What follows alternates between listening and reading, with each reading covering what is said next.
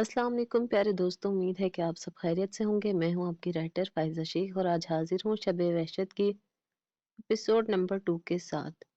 बिना वक़्त को ज़ाया किए आज के एपिसोड को स्टार्ट करते हैं।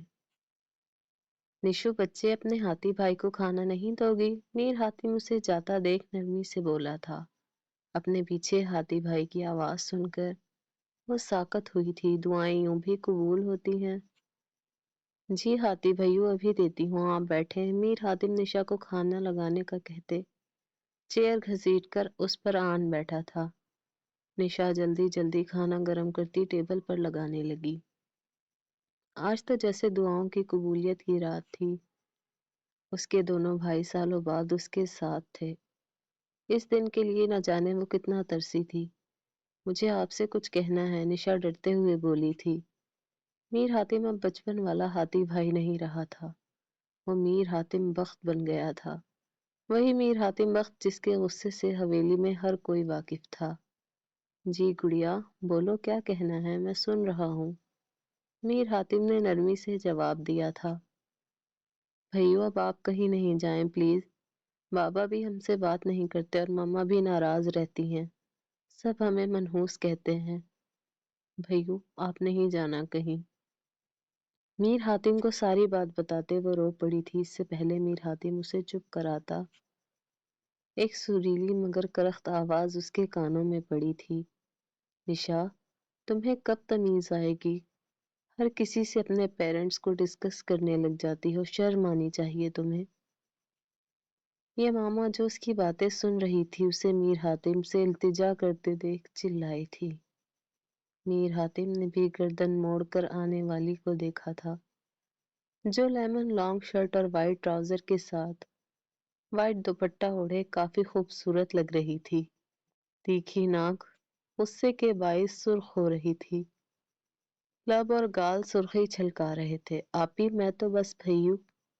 उसकी बात पूरी नहीं हुई थी जब यमामा चीखी थी, नहीं है कोई तुम्हारा भैयू।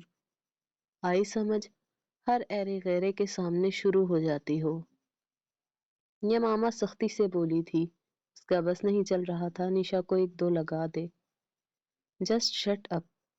तुम्हारी हिम्मत कैसे हुई मेरे बारे में इस तरह से कहने की? हाँ, तुम जरा सी लड़की मीर हातिम को ऐरा गैरा कह रही हो। मीर जो कब से उस सरफिरी की बकवास अपने लिए सुन रहा था, खुद को गैर कहे जाने पर भड़क उठा था। किसी की इतनी हिम्मत नहीं थी मीर हातिम के सामने ऊंची आवाज करे, मगर यहाँ तो वो मुकाबले पर डटी थी। आवाज ऊंची करने से सच दब नहीं जाएगा मीर हातिम बख्त। सुना आपने? आप हमारे कुछ नहीं लगते सिवाय इस हवेली के वारिस के। कोई ताल्लुक नहीं है आपका हमसे, और खबरदार जो मेरी बहन से कोई फजूल बात करने की कोशिश की। यमामा उसके दहाड़ने पर डरने के बजाय डंके की चोट पर बोली थी। निशा दोनों को लड़ता देख वहां से रफू चक्कर हुई थी, वरना यमामा के हाथों उसकी शामत पक्की थी। बहुत अकड़ है यमामा बख्त, मजा आएगा तुम्हें तोड़ने में। मुझसे उलझकर बहुत बड़ी गलती कर दी है। लड़की, मैं तुम्हारे बाप से ज्यादा खतरनाक हूँ। तुम्हारे ये अल्फाज तुम्हें काफी महंगे पड़ने वाले हैं। तुम्हें अंदाजा नहीं है मीर हातिम बख्त की अना पर वार करने वाले का क्या हाल होता है। मीर हातिम आंखों में अलग सी चमक लिए बोला था। यमामा को उसकी गहरी नीली आंखों से खौफ सा आया था।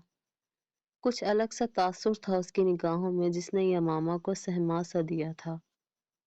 अपना ये रोब कहीं और जाकर झाड़िएगा। आपकी ये पाकबाजी तो पूरी हवेली में मशहूर है। ये मत समझिएगा कि लड़की हूं तो कमजोर हूँ। मेरा किरदार मेरी ताकत है, जो आप जैसा शख्स कभी नहीं जान सकता, जिसके दिन नशे में और रातें कोठे पर गुजरती हूँ। यमामा तो न जाने कब की भरी बैठी थी। बचपन से हवेली के वारिसों की वजह से ही तो उन्हें कभी देखा न गया था। वो अपने ताया साईं से बहुत बार मीर हातिम की इन सरगर्मियों के बारे में सुन चुकी थी, जो बीजान को बता रहे होते थे। यमामा की बात सुनकर मीर हातिम का खून खौल उठा था। नीली आंखों में सुर्ख डोरे तैरने लगे थे।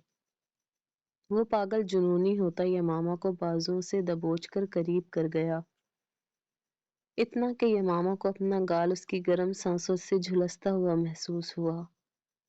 छोड़े मुझे, मैंने कहा छोड़े। वो चीखी थी। दुगनी तेजी से मीर हातिम ने उसके लबों पर हाथ रखकर आवाज को हलक में दबाया था।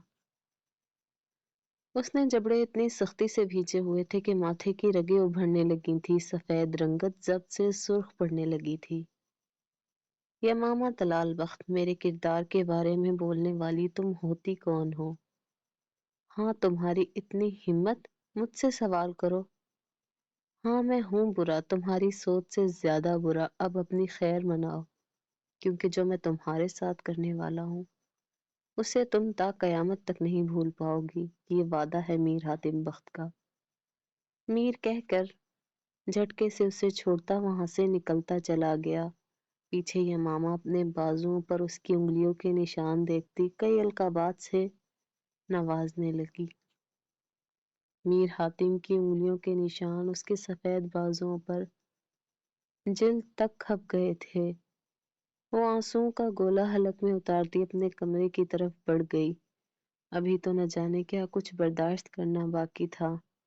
कमजोर तो वो बचपन से ही थी, लड़की जो ठहरी, मगर मीर हातिम से उसे खास चिढ़ थी। उसकी बोलती निगाहें देखने वाले पर अनचाहे मुतासिर कुन तासुरात छोड़े, मगर यमामा उसकी हकीकत से बखूबी वाकिफ थी। उसे मर्दों से चिढ़ थी जिनकी वजह से औरत महज सुकून का सामान बनकर रह जाती थी। उससे मैं तनफन करता वो वहां से निकलता चला गया, जबकि जाते जाते दरवाजे को जोर से पटखना न भूला था।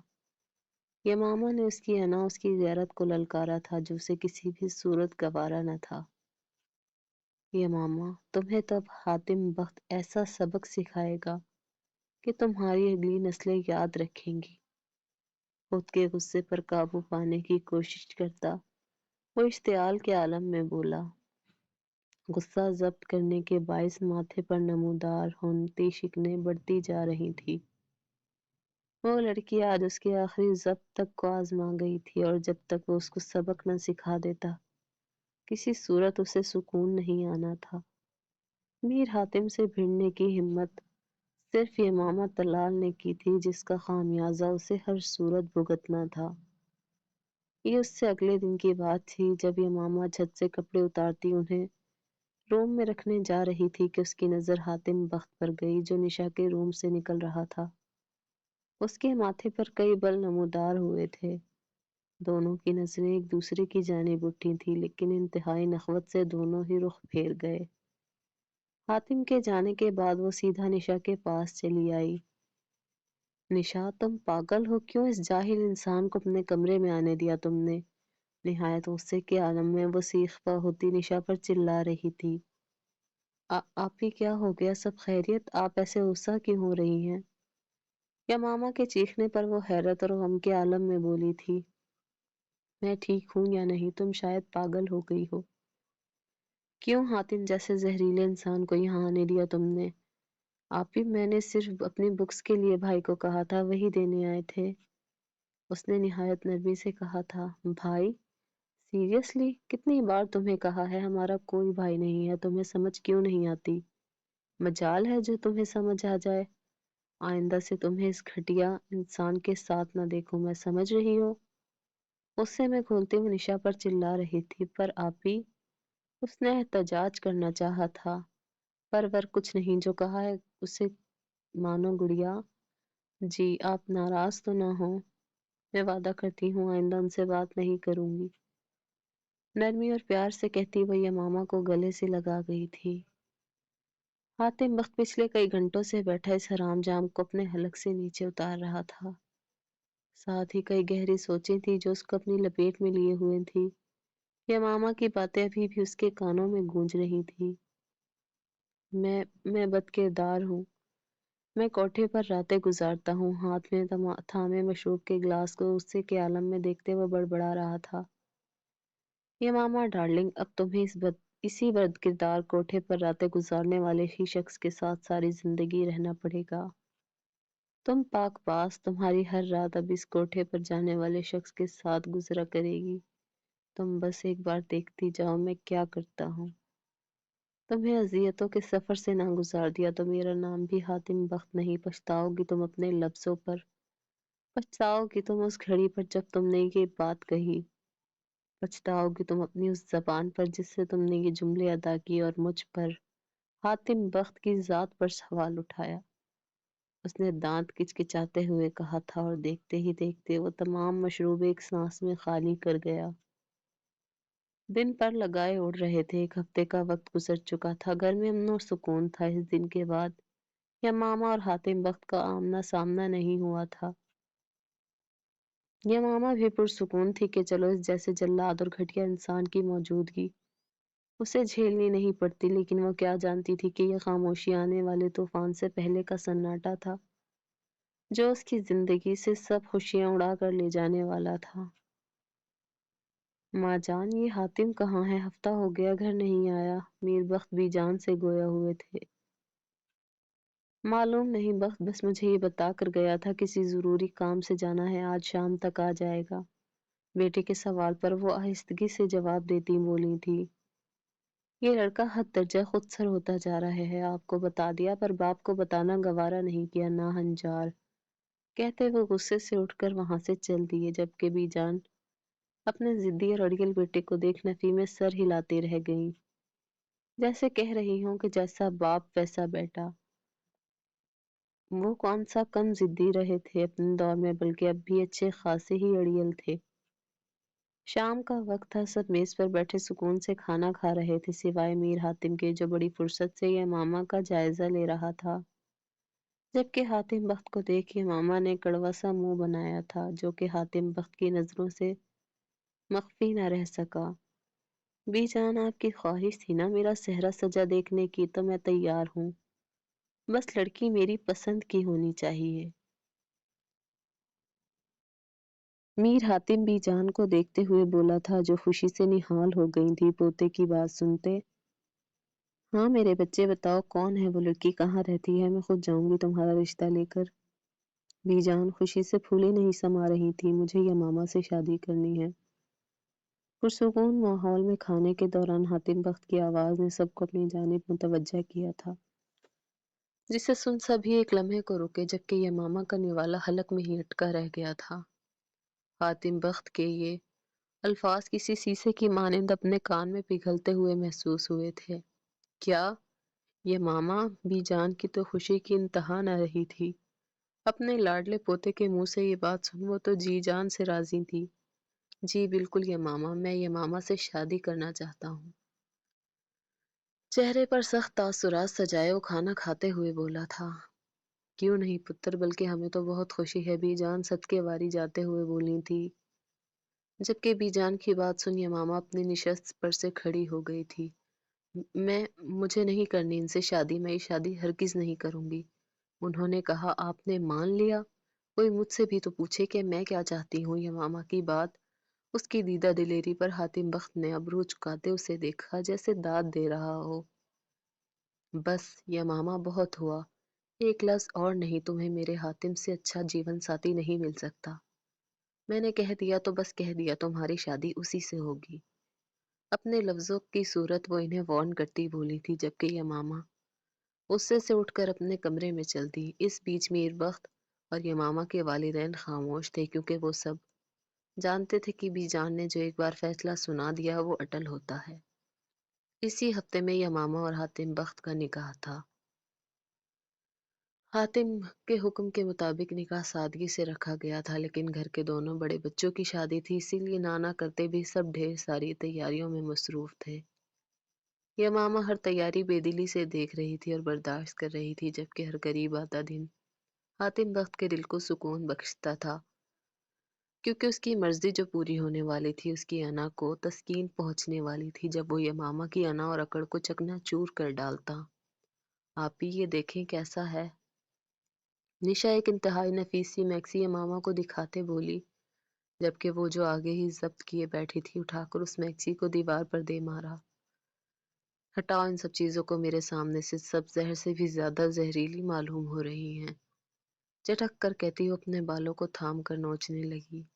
आप ही, निशा उसके पास आते आराम से बोली थी कि वो उसे भी अपने पास से दूर कर गई। اور کمرے سے نکلنے کا کہتے پھوٹ پھوٹ کر رو دی۔ آج یمامہ اور حاتم بخت کا نکاح تھا۔ پورا لان پھول اور روشنیوں سے جگمگا رہا تھا۔ اسٹیج پر بڑے لفظوں میں چمکیلی اور پھولوں سے دونوں کا نام لکھا گیا تھا، جو دیکھنے میں انتہائی خوبصورت لگ رہا تھا۔ لیکن یہ سب تیاریاں یمامہ کو کانٹوں کی مانند چبھ رہی تھی۔ حاتم بخت ازلی انا اور عروج سمیت اسٹیج پر بیٹھا اپنی مونچھوں کو تاؤ دے رہا تھا، جبکہ اس کے ساتھ بیٹھی وہ پری پیکر اپنے اندر کئی غبار جمع کیے گھونگھٹ اوڑھے بیٹھی تھی۔ یہ ماما، آپ کا نکاح حاتم بخت کے ساتھ طے پایا جاتا ہے کہ آپ کو قبول ہے؟ ایجاب و قبول کے وہ لفظ جو اس کے کانوں میں پگھلے شیشے کی مانند چبھ رہے تھے۔ یہ ماما، نشا اور اس کی اماں نے آواز لگائی تھی اس کو خاموش پا کر۔ قبول ہے، آنسوؤں کا گلا گھونٹ وہ خود پر ضبط پاتے ہوئے بولی تھی۔ یہی سوال 3 بار حاتم بخت سے دہرایا گیا تھا۔ دونوں جانب سے ایجاب اور قبول کے مراحل مکمل ہونے کے بعد ہر طرف مبارک ہو کی صدائیں اٹھنے لگی تھی۔ مبارک ہو یمامہ حاتم بخت، تمہاری بربادی کا دن شروع ہوتا ہے۔ اس مخملی ہاتھ کو تھام کر بظاہر مسکراتے لیکن غصے کی شدت دبائے وہ اپنی شدت پر قابو پاتے ہوئے بولا۔ اس ستمگر کی ستم ظریفی پر وہ سسک اٹھی تھی۔ آنسوؤں کا پھندہ گلے میں اٹکا تھا جس پر وہ ہمیشہ کی طرح ضبط کرتی رہ گئی۔ جو درد ملا اپنوں سے ملا، غیروں سے شکایت کون کرے۔ پھولوں سے سجے کمرے اور جہازی سائڈ بیڈ پر اپنی میکسی کو پھیلائے گھونگھٹ کو اوڑھے وہ اپنے کچھ دیر پہلے بنے شوہر کا انتظار کر رہی تھی۔ اس انا کے دیوتا کا انتظار کر رہی تھی جس نے اپنی انا کی تسکین کی خاطر اس شہزادی کی زندگی برباد کرنے کی ٹھانی تھی۔ اپنی ہی سوچوں میں گم تھی کہ اپنی جانب بڑھتے قدموں کی آواز پر اس کا دل من من بھاری ہو رہا تھا۔ ہولے ہولے پورا وجود کانپ سا رہا تھا۔ حاتم بخت یمامہ کو اپنی سیج سجائے بیٹھے دیکھ گہرا مسکرایا تھا۔ یہ مسکان فتح یابی کی مسکان تھی، جیسے اپنا کہا منوایا ہو اس نے، جیسے بہت بڑی بازی لے گیا ہو۔ آگے بڑھ اس نے اس کے گھونگھٹ کو بے دردی سے اٹھایا تھا کہ تکلیف سے وہ تڑپ اٹھی تھی۔ تو یمامہ ڈارلنگ، ایک بد کردار انسان کی شریک حیات بننے پر ڈھیروں مبارک ہو۔ اس کی کمر میں ہاتھ ڈال کر اپنے قریب تر کر گیا تھا حاتم۔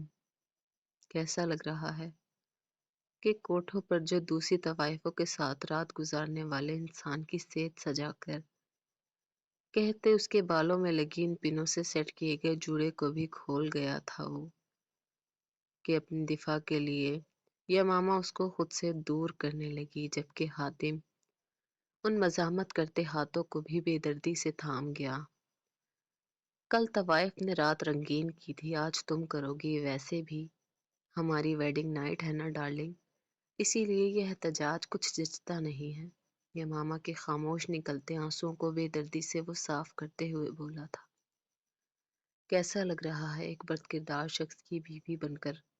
کہا تھا نا تم سے تمہارا یہ غرور پاش پاش کر دوں گا کہ تم آہ بھی نہیں کر پاؤ گی۔ اف توبہ، کس قدر دل برانہ انداز ہے تمہارا۔ حاتم بخت نے سرخ جوڑے میں ملبوس اس نازک حسینہ کے تیکھے نقوش پر چھائی سوگواری دیکھتے طنز کیا تھا۔ دل میں ایک کمینگی خوشی سی محسوس ہوئی تھی۔ اس بے ضرر سی لڑکی کو اپنے نام کی سیج سجائے دیکھ سارے دعوے حاتم بخت نے بڑی دیدہ دلیری سے اپنے قدموں تلے روند ڈالے تھے۔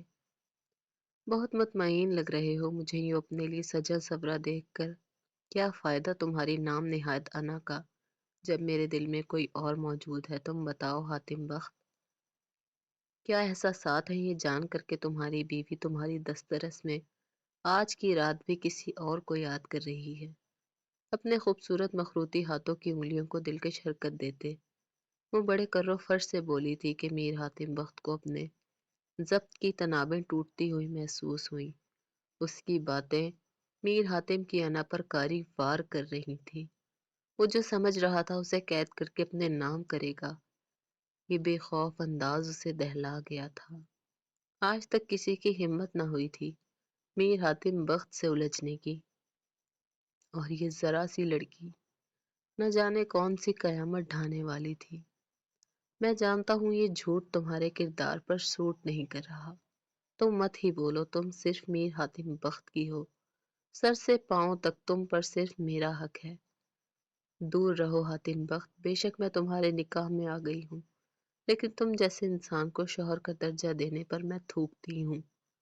बिना सोचे समझे अपने लफ्जों की सूरत जहर तो कह गई थी, जो एक बार फिर हातिम के दिमाग पर तीर की मानिंद चुभा था। शौहर का दर्जा तुम दोगी? सीरियसली? तुम दो या ना दो, मुझे दर्जा लेना और अपनी मनमाना खूब आता है। यमामा के जबड़े को थाम कर वो तड़क कर गोया हुआ, हातिम दूर रहो।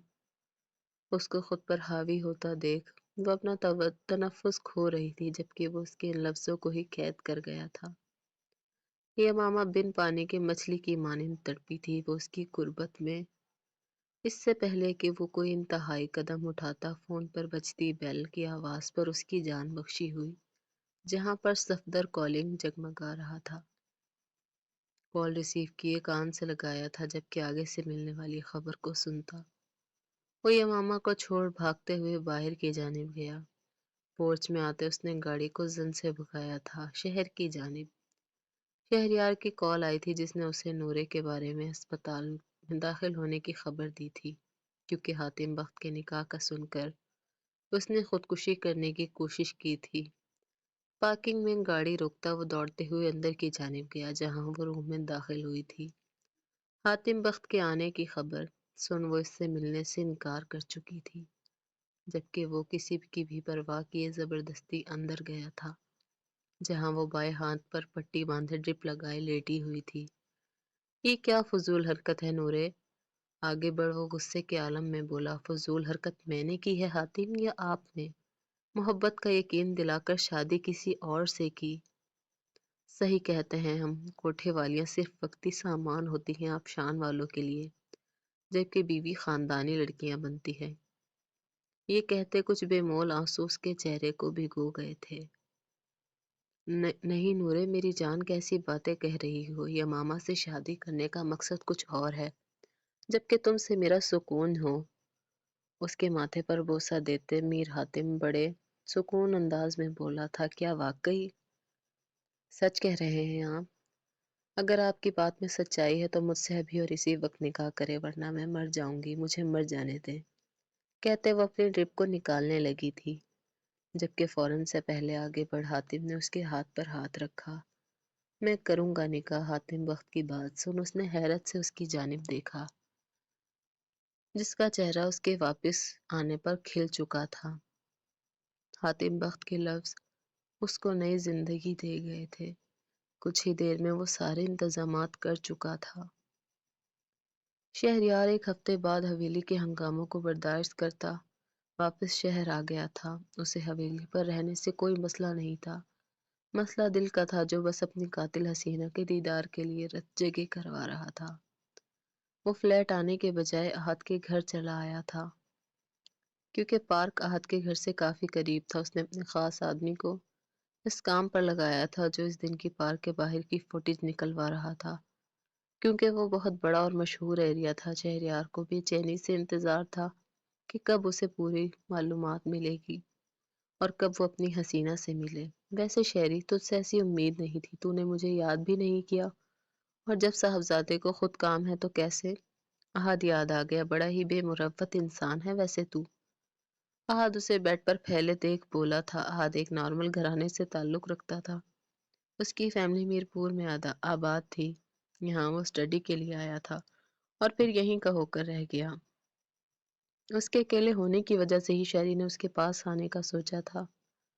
वही बस कर, क्या लड़कियों की तरह शिकायतें कर रहा है? मैं कौन सा तेरी महबूबा हूँ जिसने तुझे मिस ना करके गुनाह कर दिया हो? शहरयार, जो पहले ही अपनी कातिल हसीना के लिए बेकरार था, उसकी बातों पर झिड़क गया। आहद ने घूर कर उस लाट साहब को देखा था। बहुत ही कोई डैश इंसान है तू, जरा मुरव्वत नहीं तुझ में। आहद कड़े तेवर लिए बोल रहा था, अभी शहरयार कोई जवाब देता जब उसका फोन रिंग हुआ। शहरयार ने लपक कर फोन उठाया, कॉल पिक की और बेचैनी से अपने आदमी के बोलने का इंतजार करने लगा। जूं जूं वो बोल रहा था, शहरयार का दिल, उसकी धड़कनें सब हमतन गोश थी। उसके आदमी ने तमाम इन्फॉर्मेशन निकाल ली थी। सर, मैडम का नाम इरहा है, अपने घर में इकलौती हैं, बाबा की डेथ हो चुकी है और अम्मा बीमार हैं। कुछ वक्त पहले ही मैम की शादी हुई थी। उनके ही ताया के घर शादी वाली रात ही उनके शौहर का एक्सीडेंट हो गया था। उनकी सास ने मैम को घर से निकाल दिया। अब मैम अपने घर में इद्दत पूरी करने के बाद जॉब की तलाश में है, पर लोगों ने उन्हें काफी तंग किया हुआ है। मैम के बाबा ने शादी के लिए लोन लिया हुआ था, जिसकी अदायगी वो नहीं कर पाए। इसी वजह से मैम काफी जगह जॉब देख रही हैं। उनकी एक ही दोस्त है यशमा, जो काफी अच्छे घराने की है। बाकी फोन नंबर और डिटेल्स आपको सेंड की हैं। शहरयार दुम साधे उसकी बातें सुन रहा था। उसके खामोश हो जाने पर होश में आया। वो नाजुक सी जान कितने अजाब खुद पर झेल चुकी थी, इस बात का इदराक काफी अजियतनाक था। शहरयार कॉल कट कर चुका था। इसने कज़म के साथ वहां से निकलना चाहा, जब अहद हाथ में कॉफी के 2 मग थामे रूम में आया। अभी तो आया है, अब कहाँ जाने की तैयारी है इस शाही सवारी की? आहद ने काफी कमग उसको पकड़ाते हुए कहा। बस समझ, तेरी भाभी से दूसरी मुलाकात करनी है, उसी की तैयारी है। वो दिलकशी से मुस्कुराते हुए बोला था। हेजल आंखों में कुछ अनोखा पानी की चमक थी, खुमार था। अहद उसके अंदाज पर ठिठक सा गया। शहरी, तूने लड़की पसंद कर ली और मुझे बताया भी नहीं। बताना कौन है, कैसी है भाभी, करती क्या है? अहद ने उस पर सवालों की बारिश सी कर दी थी। अभी तक तो कुछ नहीं करती, मगर अब करेगी मुझसे प्यार, मोहब्बत, इश्क, सब कुछ सिर्फ और सिर्फ शहरयार हातिम बख्त से करेगी। मुझसे जिंदगी शुरू होकर मुझ पर ही खत्म होगी। शहरयार एक जज्ब के आलम में बोला था, पर अहद का चेहरा उसकी बातों पर सपाट था। वो शहरयार की जिद से अच्छे से वाकिफ था। उसका किसी लड़की की तरफ मुतवज्जा होना काफी खतरनाक बात थी। वो जो ये समझ रहा था कि दोनों जानते होंगे, उसकी जुनूनियत देखकर बौखला गया था। शहरयार को समझाना उसके लिए मुमकिन न था, इसलिए चुप रहना बेहतर समझा। मैं करूंगा निकाह। हातिम बख्त की बात सुनकर उसने हैरत से उसकी जानिब देखा। उसका चेहरा वापस खिल उठा था। कुछ ही देर में निकाह ख्वां भी आ चुके थे। हातिम बख्त अस्पताल जब के कमरे में दाखिल हुआ तो सामने ही नूरे बैठी थी। हातिम बख्त मौलवी साहब के हमरा सोफे पर बैठा और एक निगाह नूरे को देखा था। मौलवी साहब निकाह शुरू करें, हातिम ने हुक्म किया। नूरे के चेहरे पर दिल फरेब मुस्कान थी। नूरे ने सर पर चादर ओढ़ ली थी। हातिम बख्त नूरे के साथ आ बैठा और उसके हाथ पर हाथ रखकर तसल्ली दी थी। नूरे वारिस साहब का निकाह हातिम बख्त के साथ तय पाया जाता है, क्या आपको कबूल है? एजाब कबूल के लफ्ज़ सुनकर नूरे ने हातिम बख्त पर निगाह डाली। जी कबूल है। मैं आपका नाम चाहती हूँ, घबराहट के साथ उसने 3 बार कबूल है कहा। वो ढेरों ख्वाब लिए इस रिश्ते में जुड़ रही थी। मुझे यकीन है मैं तुम्हारी जिंदगी खुशियों से भर दूंगा। यही सवाल 3 बार हातिम बख्त से दोहराया गया। दोनों जानिब से एजाब और कबूल करवाने के बाद मौलवी साहब ने दुआ कराई। निकाह होते ही हातिम ने अस्पताल से डिस्चार्ज पेपर रेडी कराए और नूरे को लिए अपने शहर वाले फार्म हाउस रवाना हो गया।